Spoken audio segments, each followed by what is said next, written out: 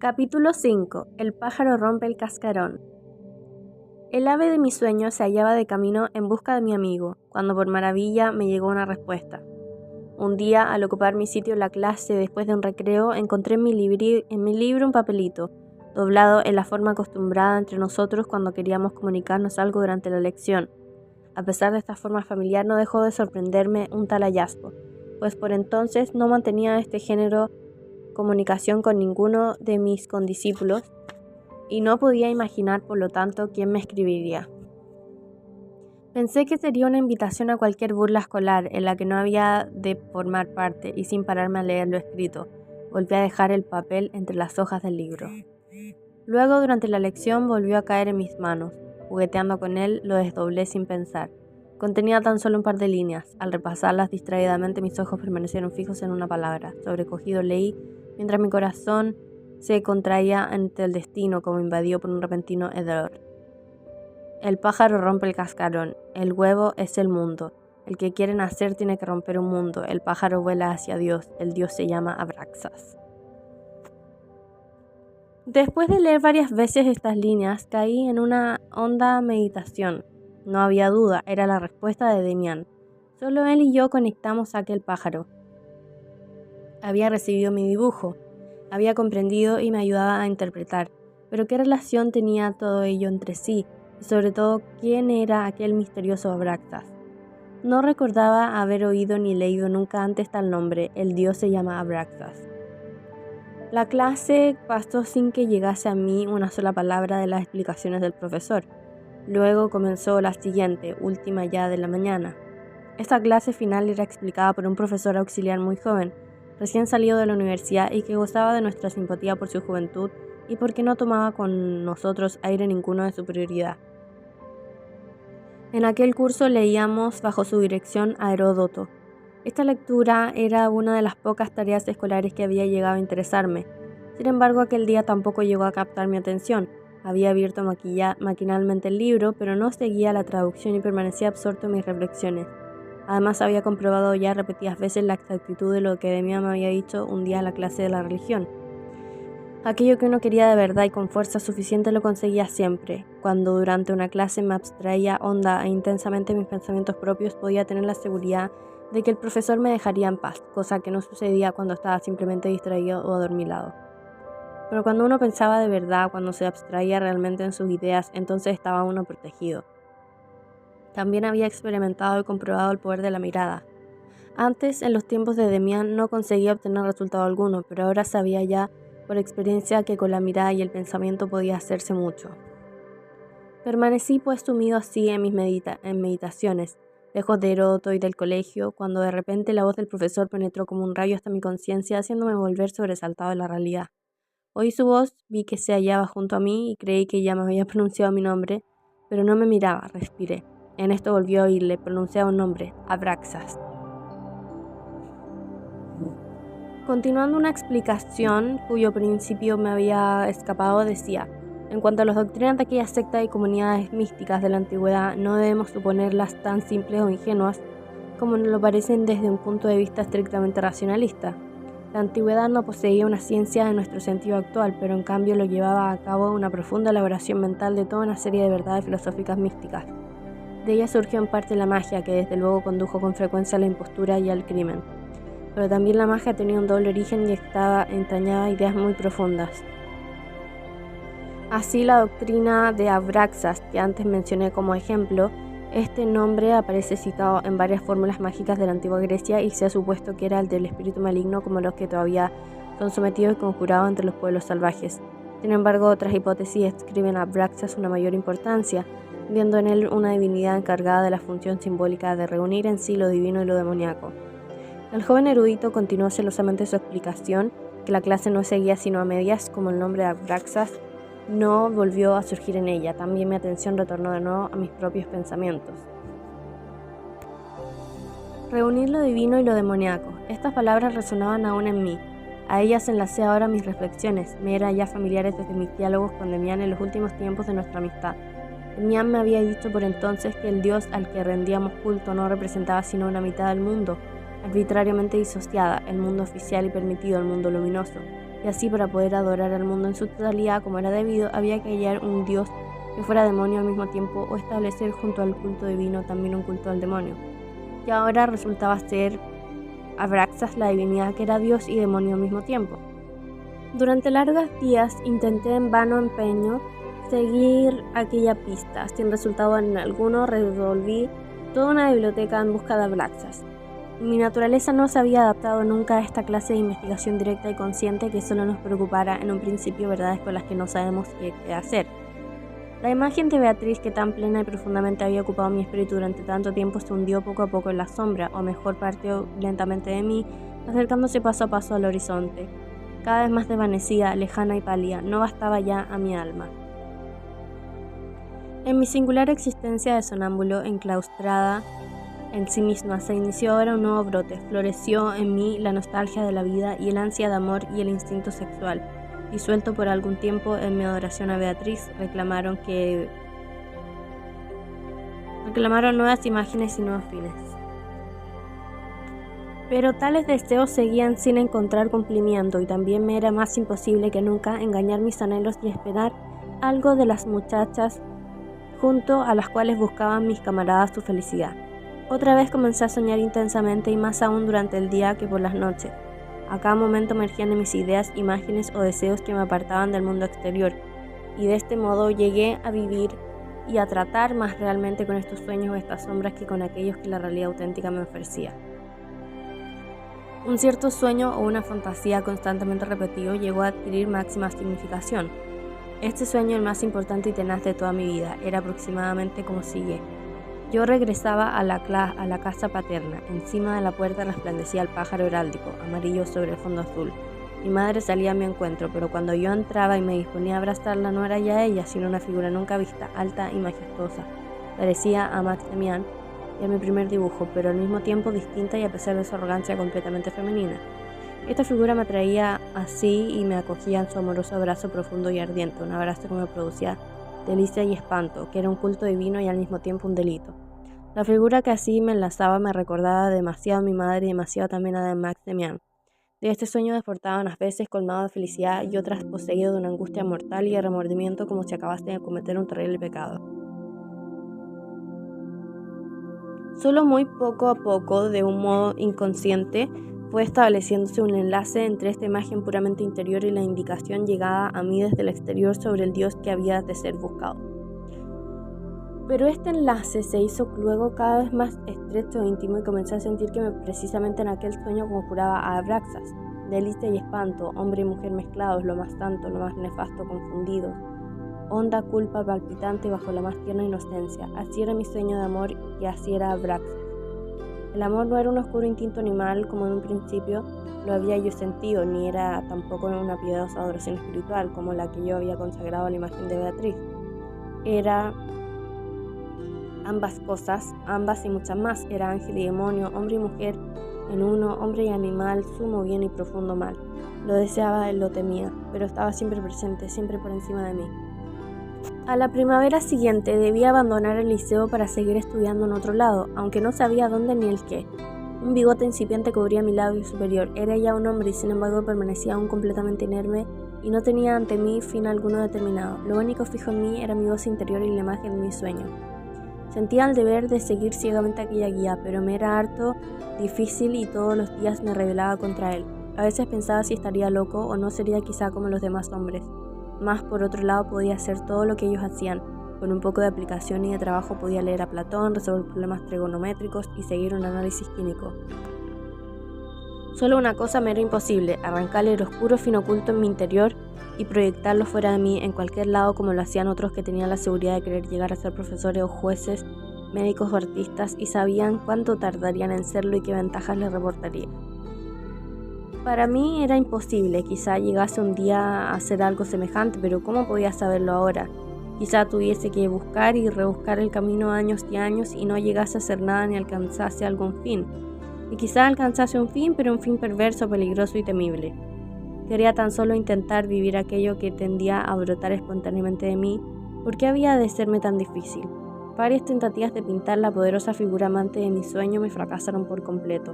Si lo hubiese logrado, hubiera enviado a Damián la pintura. ¿Dónde se encontraba? No lo sabía. Solo sabía que entre nosotros perduraba un lazo. ¿Cuándo volvería a verlo? La amable tranquilidad de aquellos meses de la época de Beatriz se había desvanecido mucho ya. Por entonces creía haber hallado la paz en una isla afortunada, pero así era siempre. Apenas una situación llegaba a serme grata o me hacía algún bien un sueño, perdían ya su lozanía y su poder, siendo un inútil tratar de renovarlos. Ahora vivía en un continuo ardor de anhelos incumplidos, en una incesante espera tensa que llegaba a menudo a enloquecerme.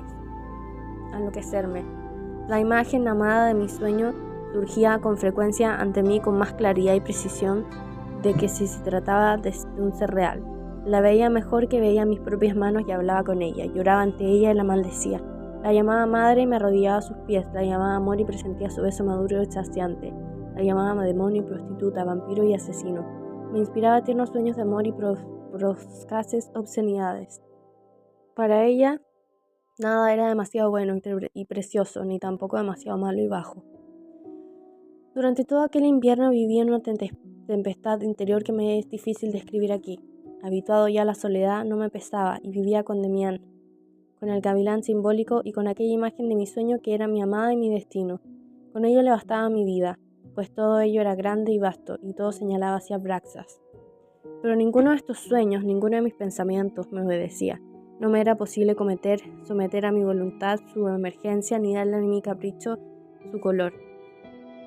Venían y se apoderaban de mí. Era dominado por ellos, era por ellos vivido. En cambio, me encontraba protegido contra el mundo exterior. Ningún hombre me inspiraba miedo. Mis condiscípulos lo habían adivinado así y me mostraban un culto respeto a lo que a veces me hacía sonreír. Cuando quería podía penetrar sin dificultad sus más íntimos pensamientos, dejándoles asombrados, pero no quería nunca o solo muy pocas veces. Siempre estaba ocupado conmigo mismo, siempre conmigo mismo. Y mi mayor deseo por vivir era, por fin un poco, dar algo de mí al mundo exterior, entrar en contacto y en lucha con él. Algunas veces, vagando de noche por las calles, sin que la inquietud me permitiera regresar a la casa hasta la madrugada, pensaba que mi amada no podía tardar ya en salir a mi encuentro y que hallaría al doblar la esquina siguiente o me llamaría desde la próxima ventana. Otras veces me parecía cruelmente intolerable todo esto e imaginaba que tendría que quitarme la vida. Por estos días la casualidad, según el dicho corriente, me hizo encontrar un singular refugio, pero no hay tales casualidades. Cuando alguien que de verdad necesita algo lo encuentra, no es la casualidad quien se lo procura, sino él mismo. Su propio deseo y su propia necesidad le conducen a ello. En mis andanzas por la ciudad había oído 2 o 3 veces al pasar frente a una capilla de las afueras el sonido del órgano, sin haberme detenido a escucharlo, pero al advertirlo de nuevo cuando otra vez pasé por aquel sitio me paré ya a oír y reconocí un coral de Bach. Me llegué a la puerta de la capilla, la encontré cerrada, y como por aquella calleja pasaba poca gente, me senté en un guandacantón junto a la entrada y me puse a escuchar. El órgano, aunque no muy potente, era bueno, y el organista tocaba a maravilla, con una expresión personalísima de voluntad y tenacidad que sonaba como una oración. Experimenté la impresión de que el hombre que allí había sentado ante el teclado sabía que aquella música encerraba un tesoro y se afanaba en sacarlo a la luz, como si le fuera en ello la vida. Técnicamente no entiendo gran cosa de música, pero desde niño he comprendido por instinto esta expresión del alma y he sentido en mí la afición musical como algo natural e innato. El músico tocó después una obra moderna, quizá algo de Reger. La capilla parecía casi oscura, solo un incierto resplandor se filtraba a través de una de las ventanas. Esperé a que la música terminase y pasé luego por delante de la capilla, hasta ver salir al organista. Era un hombre joven, aún, pero mayor que yo, de figura robusta y hoja chaparrada, y andaba deprisa con paso firme y como automático. Todavía acudí a la capilla varios otros atardeceres, sentándome junto a la entrada o paseando a lo largo de la fachada. Una vez encontré abierta la puerta y permanecí media hora en el interior solitario y frío mientras el organista tocaba arriba a la pálida luz de un mechero de gas. En su música no le oía solamente a él mismo. Me parecía también que todas las cosas que tocaba eran afines entre sí, que todas ellas estaban entrelazadas por una secreta conexión. Todo lo que tocaba era creyente, era ferviente y piadoso, pero no piadoso como los beatos y los clérigos, sino como los peregrinos y los mendigos de la Edad Media. piadoso con una entrega plena en su sentimiento del mundo, superior a todas las confesiones. Los maestros anteriores a Bach y los antiguos italianos eran interpretados con exquisito cuidado, y todos decían lo mismo, todos decían aquello que también el organista llevaba en su alma: nostalgia, íntima aprehensión del mundo y violenta separación de él, tensa atención ardiente a los movimientos de la propia alma oscura, fervorosa entrega y profunda curiosidad de lo maravilloso.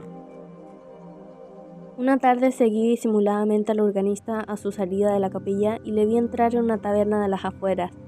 No pude contenerme y entré detrás de él. Por primera vez podía considerarlo a mi sabor. Estaba sentado en un rincón ante una jarra de vino y conservaba puesto su sombrero de fieltro negro y anchas alas. Su rostro era tal como yo lo había imaginado, era feo y violento, inquirente y obstinado, terco y voluntarioso.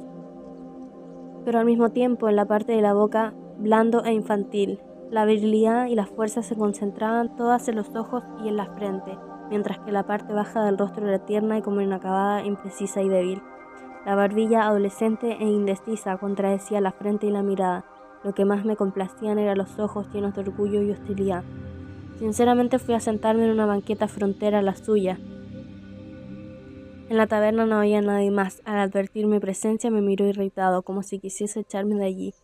Pero yo sostuve la mirada hasta hacerle exclamar con rudo acento: ¿Por qué me mira usted de ese modo? ¿Quiere usted algo de mí?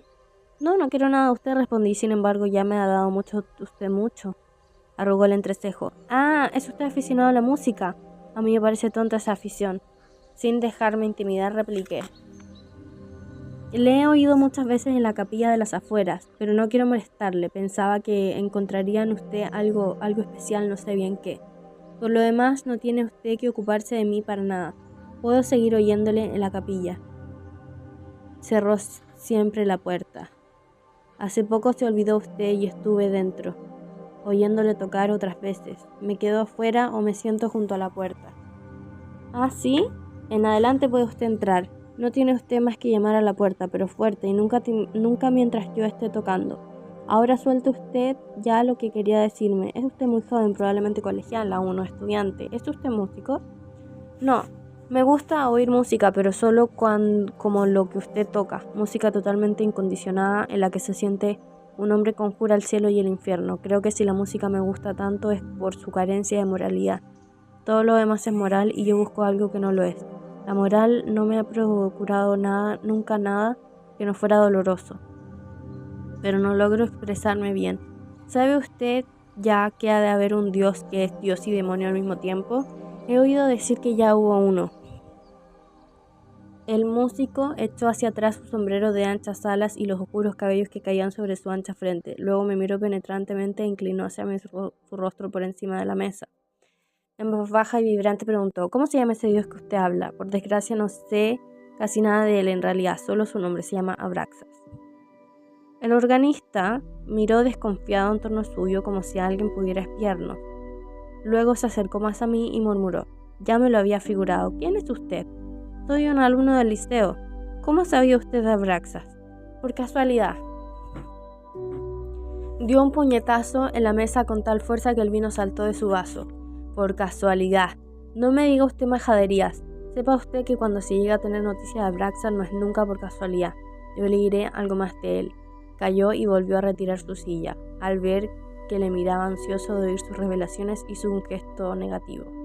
No, aquí no, otra vez, tome usted ahora. Y metiendo la mano en el bolsillo del abrigo que llevaba puesto, sacó un par de castañas asadas y me las tendió. Las tomé y las comí en silencio, me sentía muy contento. Vamos a ver, murmuró al cabo de un rato. ¿Cómo ha sabido usted de él? No vacilé en contárselo. Fue en una época en la que me sentía solitario y perplejo. Me acordé entonces de un amigo mío de unos años anteriores, del que sospecho que sabe muchas cosas, y decidí enviarle un dibujo mío que representaba un pájaro saliendo de una esfera terrestre. Algún tiempo después, cuando yo desconfiaba de obtener respuesta, llegó a mis manos un papel con las siguientes líneas: el pájaro rompe el cascarón, el huevo es el mundo, el que quiere nacer tiene que romper un mundo, el pájaro vuela a Dios, el Dios se llama Abraxas. Sin responderme nada, el músico siguió pelando sus castañas y bebiendo su vino. ¿Tomamos otra jarra?, me preguntó luego. No, muchas gracias, no me gusta beber. Se echó a reír un poco defraudado. Como usted quiera, a mí me pasa lo contrario y voy a quedarme aquí todavía un rato. Usted puede marcharse ya si quiere. La siguiente vez que fui a encontrarle la capilla no se mostró nada comunicativo. Por una calle antigua y solitaria me condujo a un viejo callejón que con aspecto bien cuidado y a través de él hasta un cuarto espacioso, un tanto sombrío y desarreglado, en el que aparte de un piano nada recordaba a la música, mientras que un gran estante de libros y una amplia mesa de escribir le daban un espacio erudito. ¿Cuántos libros tiene usted?, clamé admirado. Parte de ellos pertenecen a la biblioteca de mi padre con el cual vivo. Sí, vivo todavía con mis padres, pero no puedo presentarle a ellos porque mi trato no es precisamente muy estimado en esta casa. Ha de saber usted que yo soy un hijo descarriado. Mi padre es un hombre extraordinariamente honorable, uno de los sacerdotes y predicadores más importantes de esta ciudad, y para enterarle a usted ya de todo, le diré que yo soy su señor hijo. Persona muy inteligente que prometía mucho, pero que se ha apañado del buen camino y está un poco chiflado. Estudiaba teología y poco antes de la licenciatura abandoné tan honrada facultad, aunque en cierto modo sigo dentro de la carrera en cuanto a mis estudios particulares. Siempre me ha interesado mucho y me ha parecido muy importante ver qué dioses se han ido creando las gentes. Por lo demás, ahora soy músico y según parece estoy próximo a obtener una modesta plaza de organista. Así volveré de todos modos a pertenecer a la iglesia. A la escasa luz de un pequeño quinqué colocado sobre la mesa, eché una ojeada al estante de libros y pude ver títulos griegos, latinos y hebreos. Entretanto, mi nuevo amigo se había tumbado en el suelo cerca de la pared sin que yo pudiera ver lo que hacía allí medio oscuras. Al cabo de un rato me llamó. Venga usted acá, vamos a hacer un poco de filosofía. Esto es acallar el pico, tumbarnos boca abajo y pensar. Encendió una cerilla y prendió las teas dispuestas en la chimenea ante la cual se hallaba y que yo no había advertido hasta entonces. La llama se elevó alta y mi huésped atizó y alimentó el fuego con exquisito cuidado. Yo me eché a su lado y sobre la alfombra gastada como él clavé mis ojos en el fuego. Durante cerca de una hora permanecimos en silencio tumbados boca abajo entre los leños crepitantes y los vimos flamear y arder, retorcerse y hundirse, palpitar y chisporrotear hasta deshacerse en un ardiente brasero silencioso. La adoración del fuego no ha sido lo más tonto que se ha inventado, murmuró una vez entre dientes mi acompañante. Fuera de esto, ninguno de los dos pronunciamos una sola palabra, con los ojos fijos en el fuego y sumido en un hondo ensueño silencioso. Veía figuras en el humo y formas en la ceniza. Una vez me quedé sobrecogido. Mi compañero había arrojado al fuego un pedacito de resina, del que surgió una breve llama esbelta en la que creía ver el pájaro de mi dibujo y con su amarilla cabeza de gavilán. En la brasa surgían dorados hilos ardientes, formando caprichosas redes y aparecían letras y figuras, recuerdos de rostros de animales, de plantas, gusanos y serpientes. Cuando desperté de mi ensueño y volví a la vista, mi compañero miraba aún la ceniza con fanática fijeza.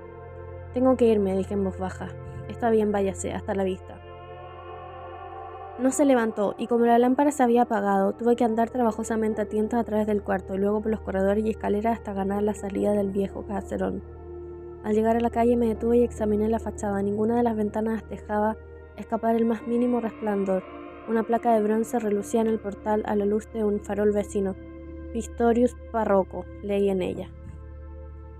Solo al volver a casa y pasar a mi cuarto, después de la cena, caí en que no había averiguado nada sobre Abraxas ni tampoco gran cosa sobre el mismo Pistorius, y que en realidad apenas hablábamos cambiando 10 palabras.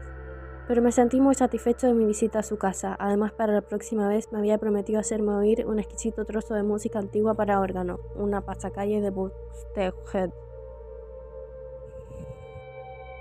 Sin que yo lo supiera, el organista Pistorius me había dado una primera lección, mientras estaba tumbado junto a él en el suelo ante la chimenea de su triste cuarto solitario. La contemplación del fuego me ha hecho bien, había confirmado y fortificado en mí tendencias que siempre había entrañado, pero que jamás me había cuidado de fomentar. Poco a poco fui apreciándolas fragmentariamente con mayor claridad. Ya de niño me había gustado contemplar las formas extrañas de la naturaleza, pero no como un observador que investiga, sino abandonándome a su peculiar encanto, a su profundo lenguaje complicado. Las largas raíces rampantes de los árboles, las vetas jaspeadas de las piedras, las gotas de aceite sobrenadando en el agua, las grietas del cristal, todas las cosas de este género habían tenido en tiempos para mí un singular encanto, como también el agua y el fuego, el humo, las nubes y el polvo, y sobre todo las luminosas manchas movidas que veía al cerrar los ojos. En los días siguientes a mi visita, Pistorius comenzó a traerme de nuevo a todo ello, pues advertí que una cierta sensación de alegría y de fuerza surgía en mí Después de aquella tarde, una intensificación de mi conciencia de mí mismo la debía por entero a mi larga contemplación del fuego, benéfica y enriquecedora. A las escasas afirmaciones cosechadas hasta entonces por mí en el camino hacia el fin verdadero de mi vida, se agregó ahora esta nueva, la contemplación de estos productos, el abandono de las formas irracionales, singulares y entrevesadas de la naturaleza. Engendra a nosotros un sentimiento de la coincidencia de nuestro interior con la voluntad que las hizo nacer y acaban por parecernos creaciones propias, obra de nuestro capricho. Vemos temblar y disolverse las fronteras entre nosotros y la naturaleza. Conocemos un nuevo estado de ánimo en el que no sabemos ya si las imágenes reflejadas de nuestra retina proceden de impresiones exteriores o interiores. Ninguna otra práctica nos descubre tan fácil y sencillamente como esta hasta qué punto somos también nosotros creadores y cómo nuestra alma participa siempre en la continua creación del mundo. Una misma divinidad invisible actúa en nosotros y en la naturaleza. Y si el mundo exterior desapareciese, cualquiera de nosotros sería capaz de reconstruirlo, pues la montaña, el río y el árbol, la hoja, la raíz y la flor, todo lo creado en la naturaleza estaba previamente creado en nosotros, proviene del alma, cuya esencia es eternidad, esencia que escapa a nuestro conocimiento, pero que se nos hace sentir como fuerza amorosa y creadora. Solo muchos años después encontré confirmada esta observación en un libro, en tratado de Leonardo da Vinci, en el que hablaba de lo atractivo y sugeridor que es contemplar una pared sobre la cual ha escupido mucha gente. Ante aquellas manchas de la pared húmeda sentía Leonardo lo mismo que Pistorius dio ante el fuego. En nuestra siguiente entrevista me dio Pistorius una explicación. Suponemos siempre demasiado estrechos los límites de nuestra personalidad. Adscribimos tan solo a nuestra persona aquello que distinguimos como individual y divergente, pero cada uno de nosotros es en el ser total del mundo y del mismo modo que nuestro cuerpo integra toda la trayectoria de la evolución hasta el pez, incluso más atrás aún llevamos también en el alma todo lo que desde un principio ha vivido en las almas de los hombres.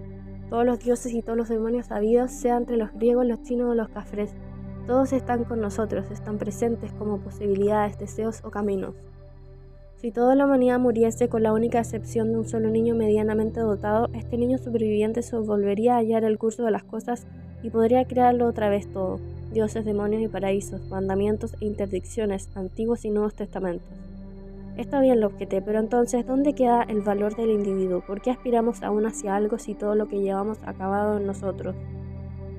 ¡Alto!, clamó Pistorius con fuerza. Hay mucha diferencia entre que llevemos simplemente nosotros el mundo o que además lo sepamos. Un loco puede exponer ideas que recuerden a Platón y un colegial piadoso crea, en su imaginación, profundas conexiones mitológicas que aparecen en las doctrinas de los gnósticos o de Zoroastro. Pero no lo sabe. Y mientras no lo sabe, es un árbol o una piedra, y en el mejor caso un animalito.